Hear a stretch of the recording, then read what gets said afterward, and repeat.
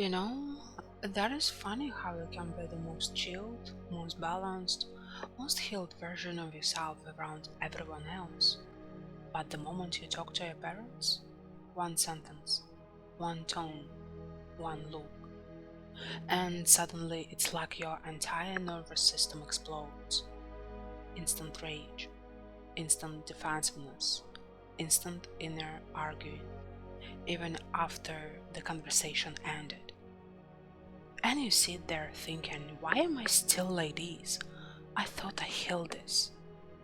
So let me break this down for you today.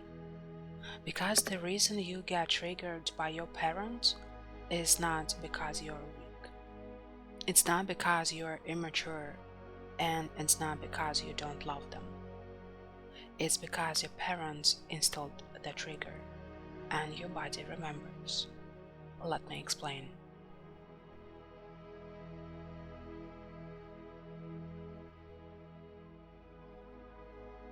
Before we go deeper, I need you to understand something that most people never see. And this one shift will change the way you interpret every single trigger you have with your parents.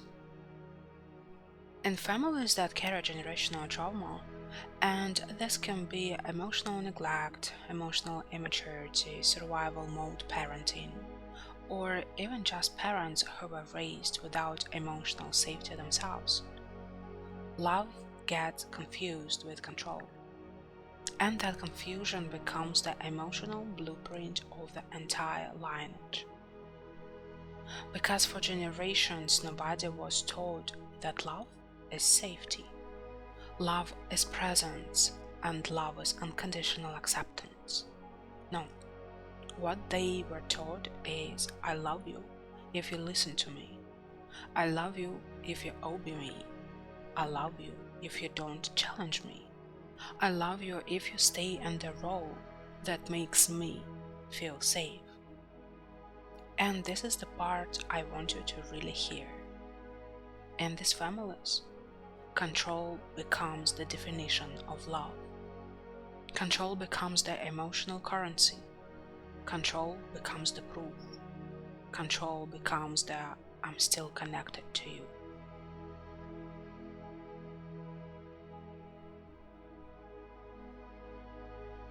So when you grow up and step into your own identity, when you start making decisions on your own, when you start choosing your own path, your own opinions, your own voice, when you start living a life that is not based on their expectations, your parents don't just see independence, they don't see adulthood, they don't see growth.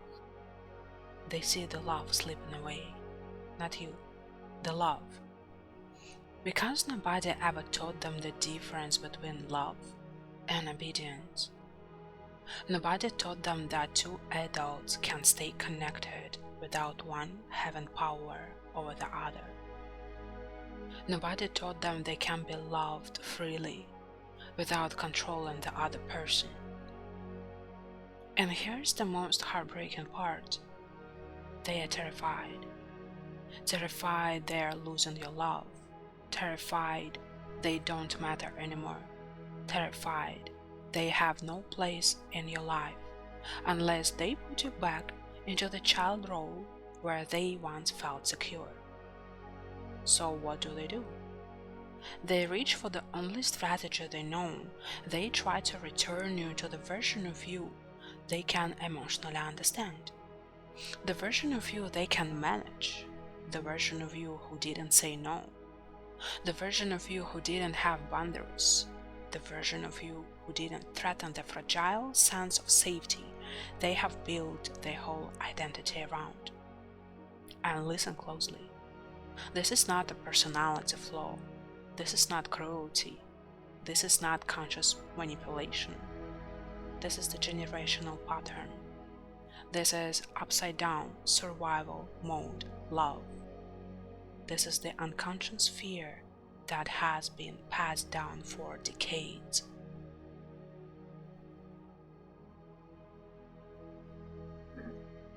If we zoom out and look at all trauma-based behaviors, all of them, all over the world, they all trace back to one root: the fear of losing love.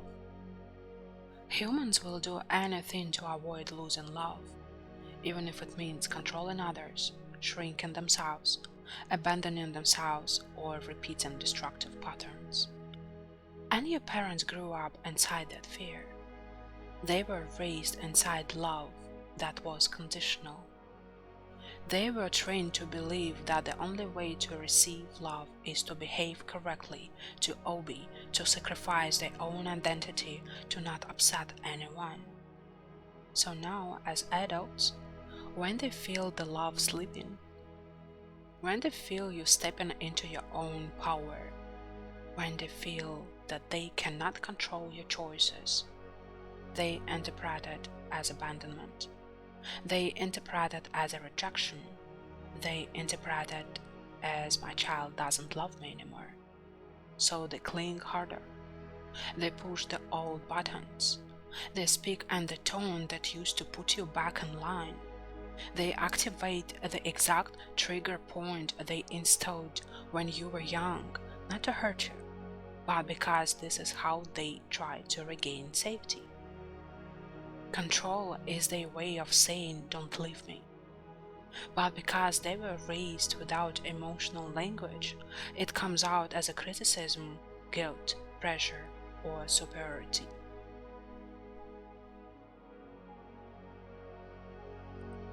Now let's talk about you and why your body reacts so intensely.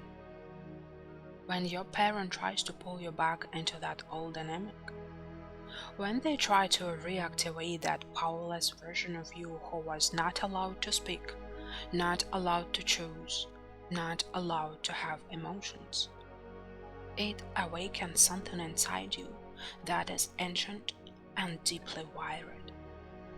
You don't hate your parents. You don't resent them. You are not trying to rebel against them. That's not what's happening at all. You hate the version of yourself who you were forced to become in order to survive their love. You hate the memory of swallowing your truth. You hate the feeling of shrinking. You hate the sensation of losing yourself to keep the peace. You hate the internal collapse that your body remembers far too well. Your rage doesn't mean you're a bad child. Your rage is your body saying, "I cannot abandon myself again. I cannot sacrifice my identity again. I cannot betray myself just to make someone else feel safe." Because, let's be honest, that's what you had to do to earn love in childhood. You had to sacrifice parts of yourself. You had to silence your voice. You had to shift your identity. You had to bury your needs. You had to give up your power. And now, as an adult, when a parent speaks to you in a way that reactivates that old powerless identity, it feels like a betrayal of everything you worked so hard to heal.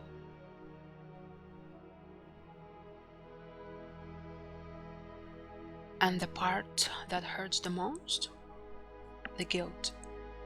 The guilt of daring to have your own identity. The guilt of daring to disagree. The guilt of daring to choose differently. The guilt of daring to stand in your power. The guilt of daring to say, "This is my life." Because when you have trauma, living in your truth feels like betrayal. Not being obedient feels like betrayal. Being yourself feels like betrayal. And that guilt is what makes the trigger so painful. You feel split in two. The part of you that wants to protect yourself, and the part of you that feels horrible for disappointing your parents.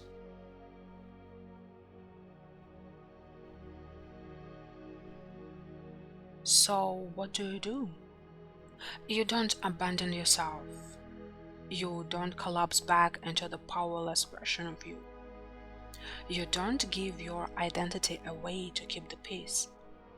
You don't let guilt convince you that your truth is wrong. You stand in your power, gently, quietly, internally. You say to yourself, I love my parents, but I also love myself. I care about my parents, and I also care about my own voice. I don't have to sacrifice myself to prove I care. I can stay connected without abandoning who I am. You don't need to explain this to them. Most parents from generational trauma won't understand that language. You show them love through your presence, your actions, the softness of your tone, the kindness you give, but you keep your power. Because your rage is not disrespect, your rage is not a flaw. Your rage is your nervous system protecting you from collapsing into an identity you outgrew. And every time you honor yourself instead of the guilt, you break another piece of the generational pattern, and you rewrite what love actually is.